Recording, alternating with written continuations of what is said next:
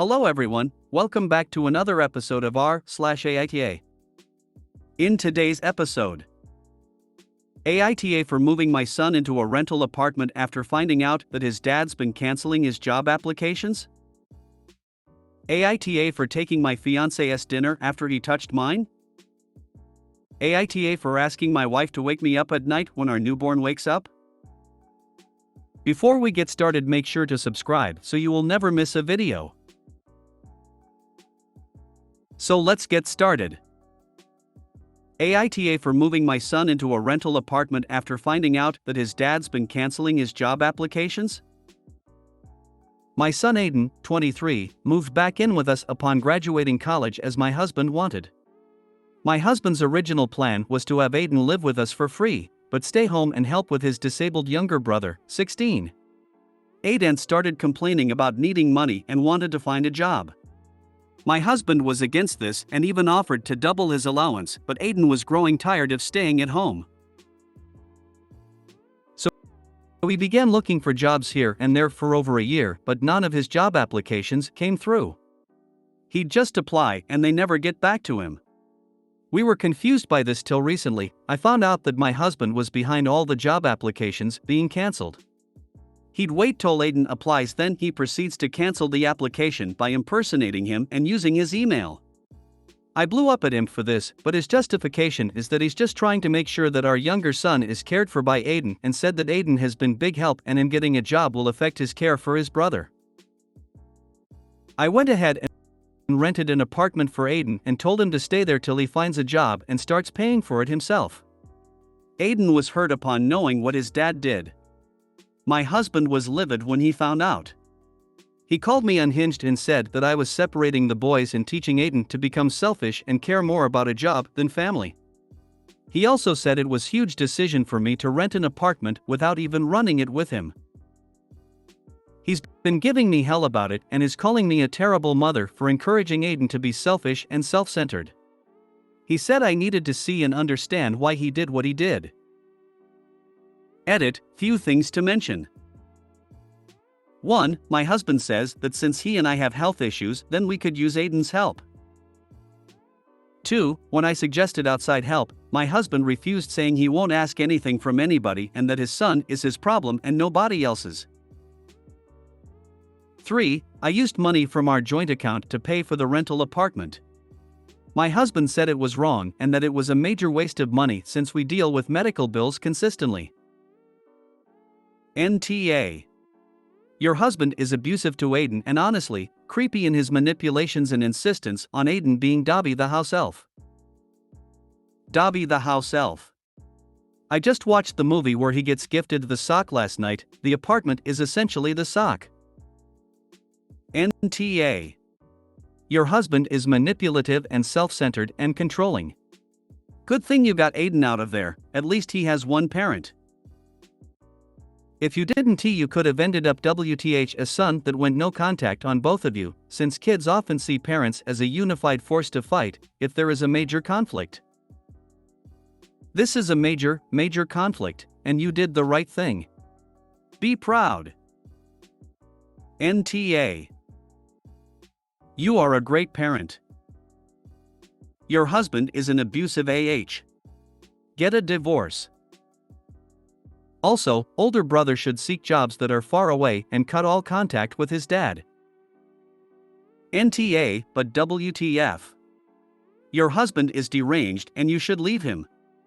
Your older son has a degree, wants to work and be independent, and your husband is gaslighting him to try to keep him around to support his younger disabled brother? The emotional manipulation is strong with him and I'd be concerned about what he's capable of. I'd also like to know what dad thought of Aiden going to college, and was that financed by loans, grants/scholarships, payment from family? If dad/family funded any of it, I'm curious why he even bothered if his plan was to have Aiden just come back and not at least try to work in the field. This is of course assuming Aiden didn't get a degree in education or social work or something that was intended to strengthen his skills as a caregiver for Aiden, but even if it was, Aiden should be able to actually earn a living. NTA. NTA. Your husband is a huge AH and absolutely toxic. He exploits Aiden as a caretaker and deliberately ruins his own future and opportunities. The only one who is selfish and irresponsible is your husband, and clearly not Aiden. Do whatever you need to do in order to protect your son and don't let your husband exploit and parentify him further. AITA. Hopefully Aiden has changed his password, and maybe even set up a second secret email for job applications in case Daddy Dearest manages to access the old one in some way. He had no idea his dad was doing what he was doing. Otherwise he would have changed the whole email, not just the password. NTA. Aiden deserves to have a life of his own. You and your husband need to find a better plan to take care of your youngest. What if Aiden meets somebody and wants to start his independent life? What next? Your husband will contact his so to ruin relationship? AITA for taking my fiancé's dinner after he touched mine? I'll be quick, my F26 fiancé M32 is blind. We don't disagree a lot, except he always gets bothered whenever I eat different food from what he's eating when we go out. Like, if we're having dinner out and I order else, he'd instantly get upset and accuse me of treating him as less than when I just have different taste in foods. I just eat what he eats to keep the peace. I eat out alone as alternative, but since he clearly doesn't trust me, he'd randomly touch my plate to see if I'm having the same dish. This caused huge arguments between us, and I told him to stop doing it and he said he would. We went out to eat nights ago, and I ordered the same dish he ordered. When the food arrived, he looked somewhat uncomfortable. I asked what was wrong and he refused to say, and before I could even grab the fork he extended his arm and his hand touched the food on my plate. He moved quickly and started discussing what he did, saying he just wanted to make sure. But I lost it on him. I felt so grossed out and there was no way I could eat the food after he touched it. He tried to get me to drop it, saying I shouldn't be grossed out by his hand, and that I overreacted, etc., but I grabbed his plate and told him that I was taking it as my donor. He at first asked me to be rational and give the plate back, but I refused. An argument ensued and we had a fight. He then ended up leaving, started spam texting me accusing me of being bitter, pathetic and childish, and robbing his dinner. He went to stay with his friend who picked him up, and his friends sided with him, saying I was in the wrong. Even went as far as to say that I was abusing my fiancé and financially controlling him when I pointed out that I was the one who paid for the food. The problem is magnified now with him wanting an apology and me refusing to give him one. My parents think I should have more patience and that this is just typical love spats between us, but I'm not sure. Was I the with how I handled this? Edit. I want to point out that this is not the case when we ate at home. He has no issue with me eating different food.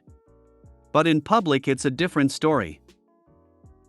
Info: why on earth does he insist that you must order the same dish he orders at restaurants? And why on earth are you actually following this rule he's implemented? This is ridiculously controlling. Exactly. Also, since they are at a restaurant, he most likely heard her ordering, and also you can see that they are the same, so touching it to be sure is unnecessary. It seems like a power play to me. Edit: I just found out that Op's fiancé is blind. I must have either skipped it or forgot when reading the other stuff. But it still sounds like a power play and trust issues if he hears OP ordering the same thing. And why can they eat different food at home? That makes no sense either and is completely impractical to prepare two different meals.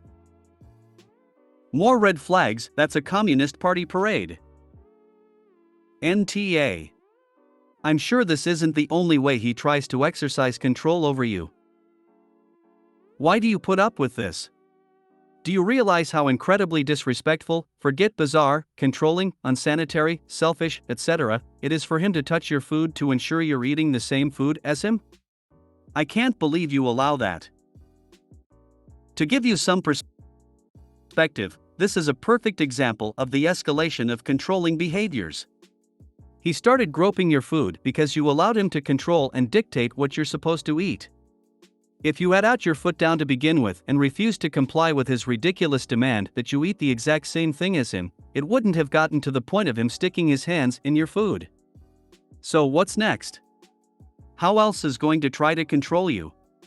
It's only going to go further downhill from here. Oh wait, it already did because he's manipulating you by telling other people you're abusive and controlling for not letting him control what you eat. Please leave this asshole before things get infinitely worse. Why are you with someone this irrational and controlling? I just eat what he eats to keep the peace. You know that's not okay, right? NTA, but Han, rethink this relationship. Yes, rethink this. I'd say there's no world in which his behavior is acceptable, but we seem to be living in a dystopia, so this is one of the things you have control over. Take it and leave him. You can do so much better. NTA, what in the shitting hell did I just read? He throws a strop if you don't order exactly the same meal as him? And if you do, he touches your food? This man is deranged. Run far. Run fast. AITA for asking my wife to wake me up at night when our newborn wakes up. My wife, 35F, and I, 35M, just had our third child 1 month ago, 4 weeks.